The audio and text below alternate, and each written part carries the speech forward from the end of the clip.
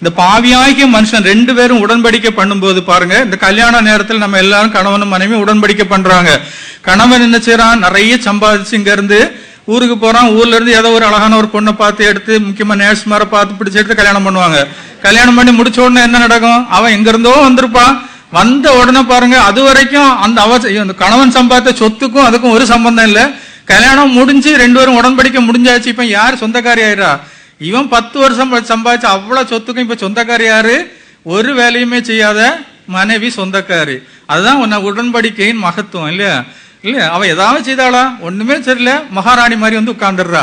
எல்லாத்துக்கும் நான் தான் இதுன்னு, நான் தான் உரிமைன்னு இல்லையா?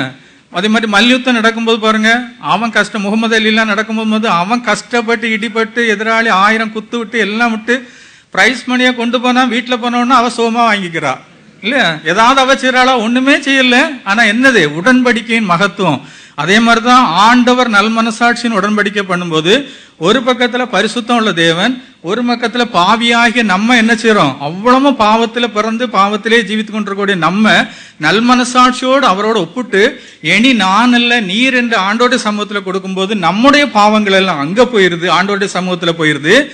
ஆண்டவரிடத்துல இருக்கக்கூடிய நீதி பரிசுத்தம் எல்லாம் நம்ம கிட்ட வந்துருது இல்லையா? that was imputed into us. அவர்கிட்ட இருந்து அப்படி நமக்குள்ள வந்துருது. அப்பந்தான் நம்ம என்ன செய்யறோம்? நீதிமானாக நம்ம மாற்றப்படுகிறோம். இது ஆண்டவருடைய மகா பெரிய கிரியை. அதைத்தான் ரோமர் 4:25 சொல்லப்பட்டிருக்கிறது.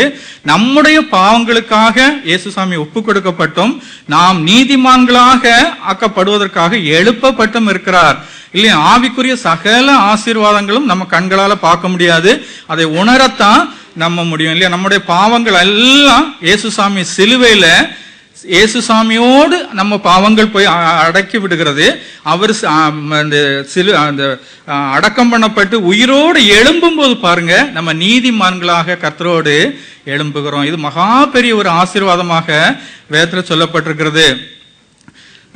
வேதத்துல சொன்ன மாதிரி பாருங்க, மொத்தமே நிறைய வேதத்துல நமக்கு அநேக நீதிமான்கள் உண்டு, பரிசுத்தவான்கள் உண்டு, விசுவாச வீரர்கள் உண்டு. ஆனா வேதம் குறிப்பிட்டு சொல்லக்கூடிய 10 பேர் தான் இருக்கிறது. அந்த 10 பேரையும் குறித்து அவர்களிடத்தில் காணப்பட்ட நல்ல குணங்களை நாமும் கற்றுக்கொள்ளும் போது அது நிச்சயமாகவே நம்மளும் ஒருபடி வளர்ந்து இல்லையா? நமக்கு அநேக நேரங்களில் நிறைய காரியங்கள் நமக்கு தெரியும். நமக்கு ரட்சிப்பை பற்றி தெரியும், அபிஷேகத்தை பற்றி தெரியும், பரிசுத்த ஜீவியத்தை பற்றி தெரியும், ஊழியத்தை பற்றி தெரியும். ஆனா இன்னும் ஒருபடி நம்ம வளர்ந்து ஆண்டவர் விரும்புகிற அந்த நீதிமானின் ஸ்டேஜுக்கு வளரும்படியாய் இந்த நாளில் கர்த்தர் நம்ம ஒவ்வொருவருக்கும் கிருபை செய்வாராக. தயவு செய்து கவனமா கவனிங்க. நிச்சயமாகவே இது ஒரு பெரிய ஒருவேளை பரவசப்படுத்தக்கூடிய மெசேஜா இருக்காது. ஆனா நிச்சயமாகவே உங்க வாழ்க்கையில நீங்க இன்னொரு படிக்கு மேல வளருவதற்கு நிச்சயமாகவே இது உங்களுக்கு உதவி செய்யும் என்று நான் கர்த்தருக்குள்ளே நம்புகிறேன். ஏன் நான் இப்படி நம்ம நீதிமானாக மாற வேண்டும்? ஆனா அன்னைக்கு ஆபிரகாம் கேட்டது மாதிரி தேசம் அழிக்கப்படாதபடி காக்கப்படணும் இல்லையா? தேவனுடைய இரக்கத்தை நம்ம பெற்றுக்கொள்ளணும், தேவனுடைய ஆசீர்வாதத்தை நம்ம பெற்றுக்கொள்ளணும். அதற்கு நம்ம நீதிமானாய் மாற வேண்டியது மிக மிக முக்கியமாக தேவன் அவ்வண்ணமாகவே விரும்புகிறார். வேதத்தில் சொல்லப்பட்ட முதல் நீதிமான் யார் என்று பார்த்தா ஆபேலை பற்றி வேதத்தில் நீதிமான் என்று சொல்லப்பட்டிருக்கிறது. விசுவாசத்தினாலே எபிரேயர் 11:4 சொல்லப்பட்டிருக்கிறது. விசுவாசத்தினாலே ஆபேல் காயினுடைய பலியிலும் மேன்மையான பலியை செலுத்தினான், அதனாலே அவன் நீதிமான் என்று சாட்சி பெற்றான். ஆபேலுடைய விசேஷம் என்னது பாருங்க, அவன் கொடுத்த காணிக்கைன ஒரு மேன்மையான காணிக்கையாக வேதம் சொல்லுகிறது. அவன் கொடுத்த காணிக்கை என்னது? ஆட்டுக்குட்டி இல்லையா? அது நமக்கு எல்லாருக்கும் தெரிந்த ஒரு காரியம்.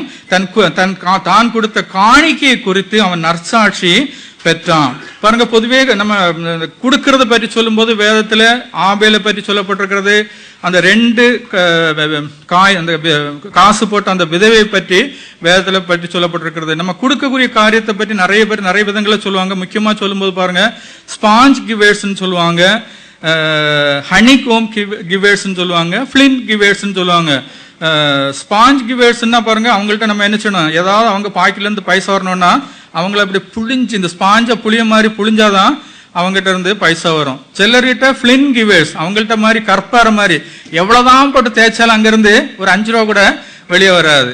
ஆனா சிலர் ஹனிகோம் கிவேர்ஸ், அவங்க மனசார இல்லையா சந்தோஷமா அவங்கள்ட்ட இருந்து கொடுக்கக்கூடியவங்களா இருப்பாங்க.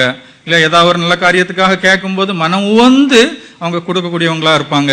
இந்த இடத்துல பாருங்க, இவன் ஆபேலும் ஆபேல் ஏன் அந்த காணிக்கை செலுத்தினா, அவனுக்கு நம்ம வேதத்துல எல்லாருக்கும் நல்ல தெரிந்த விதமாக பாருங்க, ஆதாம் மூலமும் ஏவாள் மூலமும் அந்த மனு குலத்துக்கு என்ன வந்தது?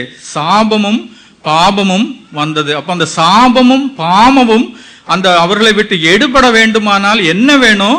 ரத்தம் சிந்துதல் இல்லாமல் பாவம் மன்னிப்பு இல்லை என்று அவங்க ஆபேல் என்ன அறிந்திருந்தான்? தன்னுடைய தகப்பனிடத்திலிருந்து அதை அறிந்திருந்தான். நம்ம பாவம் மன்னிக்கப்படணும்னா நம்ம ஆராதனைக்கு நம்ம எதுக்கு வரணும்? ஒவ்வொரு தடவை வரும்போதும் என் பாவம் இந்த நாள்ல மன்னிக்கப்பட வேண்டும், என் சாபம் தீர்க்கப்பட வேண்டுங்கிற உணர்வோடு நம்ம வந்தாதான் நம்ம இங்க இருந்து கடந்து செல்லும் போது நம்ம எப்படி போவோம்?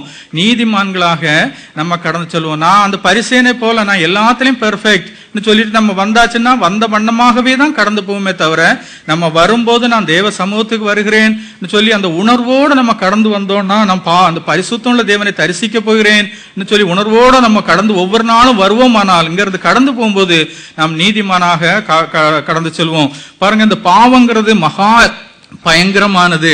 அது மாத்திரம் இல்ல, சாபமும் மகா பயங்கரமானது. நான் சின்ன பிள்ளையா இருக்கும்போது எங்கூட படிச்ச ஒரு பையன் இருந்தான். அவன் அந்த குடும்பத்துக்கு பேர பைத்தியக்கார குடும்பம். அவங்க குடும்பத்துல எல்லாரும் கரெக்டா அந்த 40 வயசு வந்த உடனே அந்த ஆம்பளை பிள்ளைகள் எல்லாம் அப்படி பைத்தியமா போயிருவாங்க. எனக்கு அப்ப 16-17 வயசு இருக்கும். அவன் அந்த குடும்பத்துக்கு பேரே பைத்தியார குடும்பம். அவங்களுக்கு ஒரு பெரிய வீடு, நிறைய நிலபலங்கள் உண்டு, பெரிய செல்வந்தர்களாக இருந்தாங்க. 4 மச்சு போட்ட பெரிய வீடு அவங்க வீடு.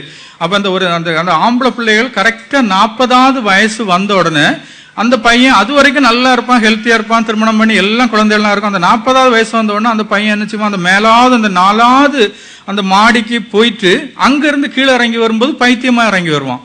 இப்படி அந்த குடும்பத்துல ஒரு பெரிய சாபம் இருந்து கொண்டே இருந்தது. அப்ப பாரம்பரிய சாபங்கள் இருக்கலாம் இல்லையா, பலவிதமான பாவங்கள் பின்னணிகள் இருக்கலாம். ஆண்டவர் சொல்றாரு பாருங்களேன், 3ஆம் 4ஆம் தலைமுறை வரைக்கும் முக்கியமா விக்கிரகாராதனை பண்ணுகிறவர்களுடைய குடும்பங்கள்ல அந்த சாபங்கள் என்ன செய்யுமா? 3ஆம் தலைமுறை 4ஆம் தலைமுறை வரை ஆண்டவர் விசாரிக்கிறவராக இருப்பேன்னு சொல்லி வேதத்துல போட்டிருக்குது. அப்ப அந்த பாவங்கள் ஒருவேளை நம்ம முற்பாதாக்களுடைய பாவங்களா இருக்கலாம். எந்த பாவமா இருந்தாலும் சரி, என்ன சாபமா இருந்தாலும் சரி, கல்வாரியில சிந்தப்பட்ட இயேசு சுவாமியின் ரத்தம் அதை போக்குகிறது.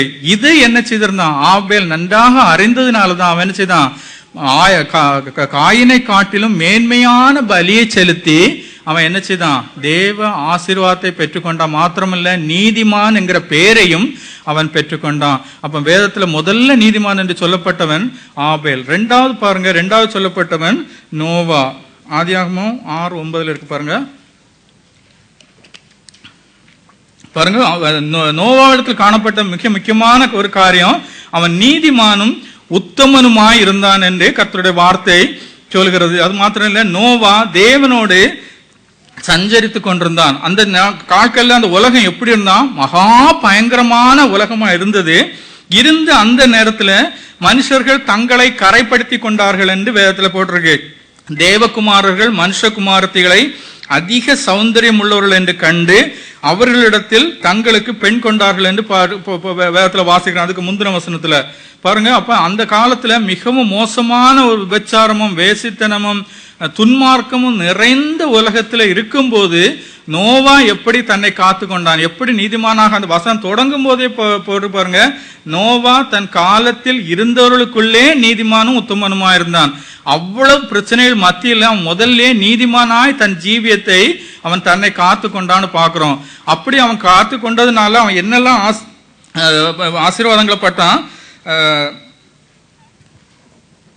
நமக்கு அது தெரிஞ்ச காரியங்கள் நிறைய பாருங்க. அவன் இந்த பேழையை செய்யும்படியான காரியம் அவனும் அவன் குடும்பத்தாரும் ரட்சிக்கப்பட்டார்கள் என்று வேதத்துல பாக்குறோம் இல்லையா. அவன் காணாத ஒரு காரியத்தை கண்டு, அது வரைக்கும் இல்லாத ஒரு காரியத்தை நோவா முதல் தடவை, நம்ம கடந்த நாட்கள்ல இங்க பிள்ளைகள் போன தடவைக்கு முந்தின வருஷம் நினைக்கிறேன், அழகா நோவாவின் டிராமா எல்லாம் போட்டாங்க, பேழையெல்லாம் செய்து ஓய்ந்து வர மாதிரி. பாருங்க, அழகாக அவன் பேழையை உண்டு பண்ணான். அது வரைக்கும் மழையை குறித்து அந்த நாட்கள்ல கேள்விப்பட்டதில்லை. காணாததை கேட்காததை முதல் தடவை அவன் ஆண்டோட்ட கேட்டாலும் அவன் சொன்னதை அப்படி என்ன செய்தான்? நோவாவும் நம்புனான், விசுவாசித்தான்.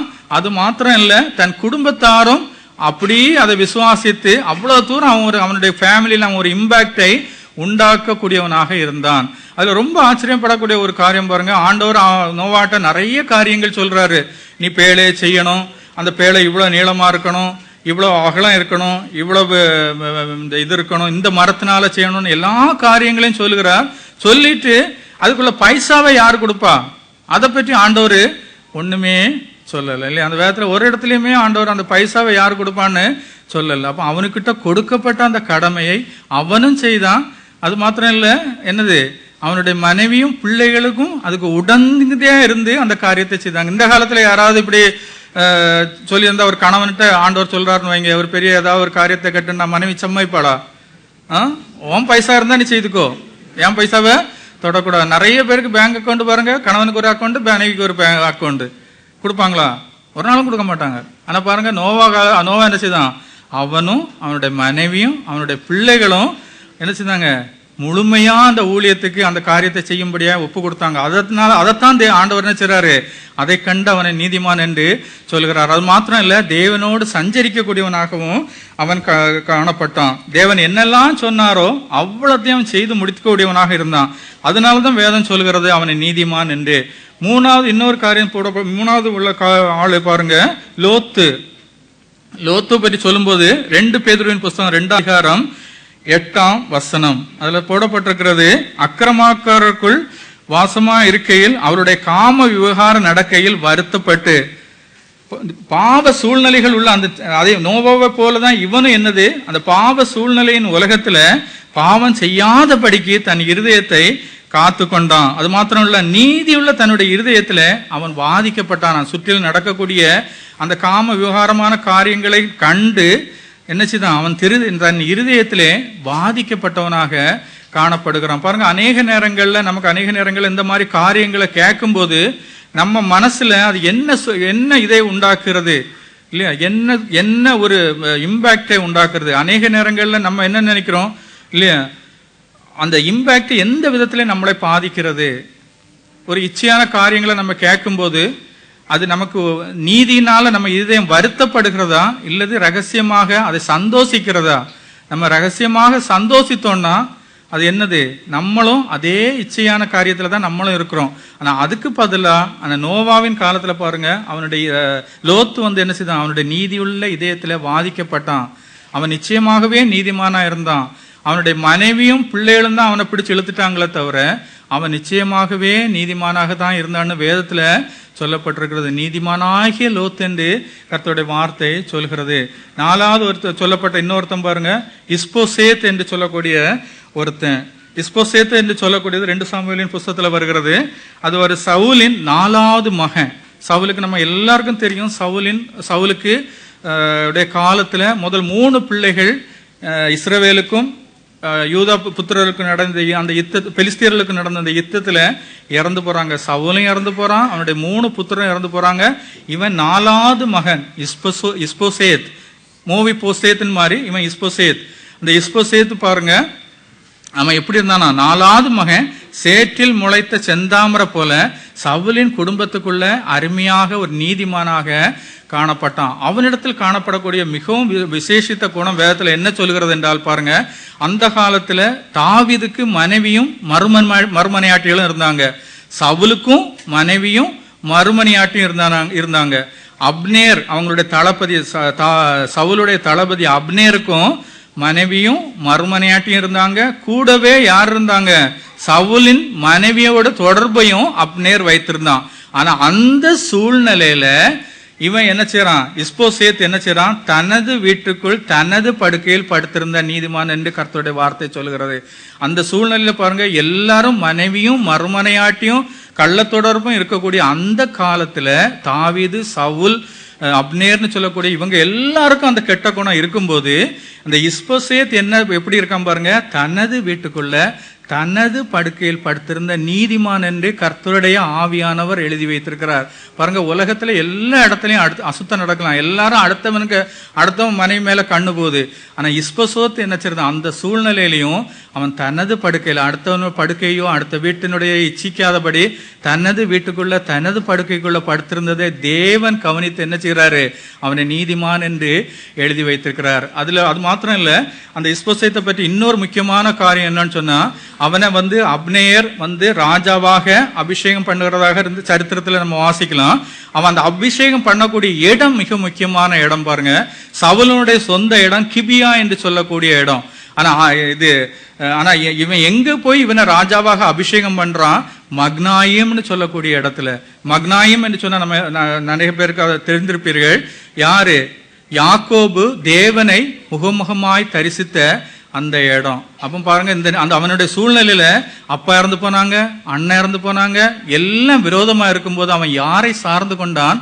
தேவனை சார்ந்து கொண்டான். அப்ப நம்ம சூழ்நிலையிலும் பாருங்க, சில அநேக நேரங்கள்ல நம்ம வாழ்க்கையில எல்லாம் நமக்கு எதிராக வந்த மாதிரி இருக்கும், எல்லாமே நம்ம கைவிட்டு போன மாதிரி சூழ்நிலை இருக்கும். அடுத்தது என்ன செய்யதுன்னு நமக்கு தெரியாது.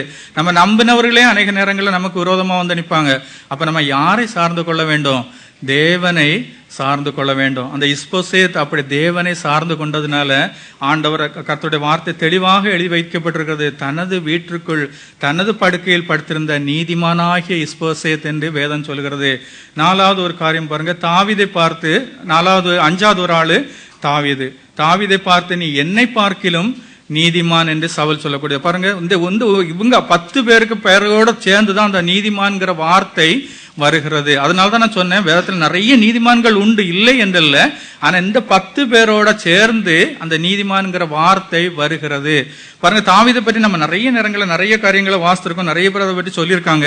ஆனா அவனிடத்துல காணப்பட்ட முக்கியமான ஒரு காரியம் பாருங்க, அவனுக்கு ஒரு சுத்த நல் மனசாட்சி இருந்தது. அவன் அந்த கிபியா உள்ள அந்த குகையில வச்சு சவுலுடைய அந்த அங்க வஸ்திரத்தை வெட்ட போகும்போது பாருங்க, அவனுடைய இதயம் படபடத்தது என்று வேதத்துல போட்டிருக்கிறோம். ஒரு அபிஷேகம் பண்ணப்பட்டவனுக்கு நேராக என் கைகளை நீட்டாதபடிக்கு கர்த்தர் என்னை காத்து கொள்வாராக என்று சொல்லி அவனுடைய இதயம் படபடுத்தது. அவனுக்கு அப்ப என்னது? அவனுடைய மனசுல ஒரு நல்ல சுத்த நல் மனசாட்சி காணப்பட்டது. தனக்கு மேல இருந்த சவுலுக்கு விரோதமாக நான் ஒரு நாளும் கை நீட்டக்கூடாது. காரணம் என்னது? அவன் தேவனால் அபிஷேகிக்கப்பட்டவராமே என்று சொல்லக்கூடிய ஒரு சுத்த நல் மனசாட்சி அவனிடத்துல காணப்பட்டது. அது மாத்திரம் இல்ல, பாருங்க அந்த சூழ்நிலை, அந்த சரித்திரத்தை வாசிக்கும் போது சவுலை சுத்தி 3000 பேர் காவல் நிக்கிறாங்க. அந்த 3000 பேர் காவல் நிற்கும் போது அதை தாண்டி தாவீது போயிடுறான், போய் வெட்டிட்டு வந்துடுறான். பாத்தீங்களா? இல்ல எவ்வளவு ஒரு அவன்கிட்ட அவ்வளவு தாளந்து இருந்தாலும் அவன் என்ன செய்யறான்? தன்னை மேன்மைப்படுத்தாதபடிக்கு ஆண்டவர். அதனாலதான் பாருங்க, உலக சரித்திரத்திலே ஒரு யுத்தத்துல கூட தோத்து போகாத ஒரே ஒரு ராஜா யாரு? தாவீது ராஜா. இல்ல அந்த அவன்கிட்ட காணப்பட்ட அந்த குணத்தை தான் ஆண்டவர் பார்த்து சொல்றாரு, என் இதயத்துக்கு ஏற்றவன் என்று சொல்கிறாரு. அவனிடத்துல காணப்பட்ட இன்னொரு நல்ல குணம் என்னன்னு பார்த்தீங்கன்னா, யோனத்தான் நிமித்தம் நான் நன்மை செய்ய தயவு செய்யும்படி யாராவது இருக்காங்களா? சவுலுக்கும் குடும்பத்துக்கும் இவனுடைய குடும்பத்துக்கும் யுத்தம் வந்தது, தாவீதின் குடும்பத்துக்கும். இவன் பலப்பட்டான், கர்த்தர் தாவீதோடு இருந்தான், அவன் வர பலப்பட்டான் என்று வேதத்துல வாசிக்கிறோம். அப்படி தாவீதின் குடும்பம் அழிந்து போய்விட்டது, சவுலின் குடும்பம். ஆனா அதுக்கு பிறகும் தாவீதின் இதயத்துல என்ன இருந்தது? யோனத்தானின் நிமித்தம் என்னுடைய தயவை பெறக்கூடியவன் யாராவது உண்டா? தேடி போய் அந்த மோவி போசேத்துக்கு உதவி செய்து அவனை எங்க கொண்டு வர்றான்? தன்னுடைய பந்தியில எருசலேமில் கொண்டு வச்சு தன்னுடைய பந்தியில வச்சு மரிக்கும் வரைக்கும் அவனுக்கு ஆகாரம் கொடுக்குறான். அதனாலதான் பாருங்க, அவன் குணம் எங்கேயோ இருக்குது இல்லையா? நமக்கு விரோதமா யாராவது பேசினா நம்ம என்ன செய்திருவோம்? அவங்க முகத்துல வந்தா நம்ம இந்த தெருவில் ஓடி போயிடுவோம் இல்லையா? அவன் முன்னால வரான்னா திரும்பிட்டு போயிடும். அந்த தாவீது பாருங்க, அதனாலதான் ஆண்டவர் சொல்லி இதயத்துக்கு ஏற்றவன் மாத்திரம் இல்ல, அவனை பற்றி சொல்லும்போது அவன் நீதிமான் என்று கர்த்தருடைய வார்த்தை சொல்லுகிறது. இன்னொரு காரியம் கூட பார்க்கலாம். 6வதாக யோசேப்பு. இந்த யோசேப்பு யாருன்னு சொன்னா, அரிமத்தியா ஊரிலிருந்து வந்த தேவனுடைய ராஜ்யத்தை காத்திருந்தவனுமாகிய யோசேப்பு என்று லூக்காவின் புஸ்தகத்துல 23ஆம் அதிகாரத்துல சொல்லப்பட்டிருக்கிறது. பாருங்க, பழைய ஏற்பாட்டுல ஒரு ஐஸ்வர்யவான் என்று அவனை பற்றி சொல்லப்பட்டிருக்கிறது. இந்த யோசேப்பு யாரா இருந்தானா? ஐஸ்வர்யவான். அவன் எதுக்காக ஐஸ்வர்யவனாக இருந்தான்? தேவனுக்காக ஐஸ்வர்யனாக இருந்தான். உலகத்தில் நிறைய ஐஸ்வர்யவான்கள் உண்டு. நம்மளும் அங்க ஐஸ்வர்யமாக இருக்கும்படியாகத்தான் நம்ம இங்க வந்திருக்கோம் இல்லையா? ஆனா யோசேப்பு எதற்காக ஐஸ்வர்யவானாக இருந்தான்? தேவனுக்காக ஐஸ்வர்யவானாக இருந்தான் என்று கர்த்தருடைய வார்த்தை சொல்கிறது. எப்படின்னா பாருங்க, ஏசாயா 53:9 போடப்பட்டிருக்கிறது. ஏசாயா 53:9 துன்மார்க்கரோடே அவருடைய பிரேத குழியை நியமித்தார்கள், ஆனாலும் அவர் மரித்த போது ஐஸ்வர்யவானோடே இருந்தார். இந்த பைபிள்ல பழைய ஏற்பாட்டில் சொல்லப்பட்ட அந்த வாக்குத்தத்தத்தை நிறைவேறுகிறது எங்க வருகிறது? லூக்காவின் சுவிசேஷம் 23ஆம் அதிகாரம் 53வது வசனத்துல வருகிறது. அந்த யோசேப்பின் அந்த இதுல தான், அவனுடைய கல்லறையில தான் இயேசுவின் அந்த ஐஸ்வர்யவானுடைய கல்லறையில இயேசுசாமியின் சரீரத்தை வைக்கிறாங்க. சரி, ஓகே, நோ ப்ராப்ளம். பாருங்க, மாத்திரம் எல்லாம்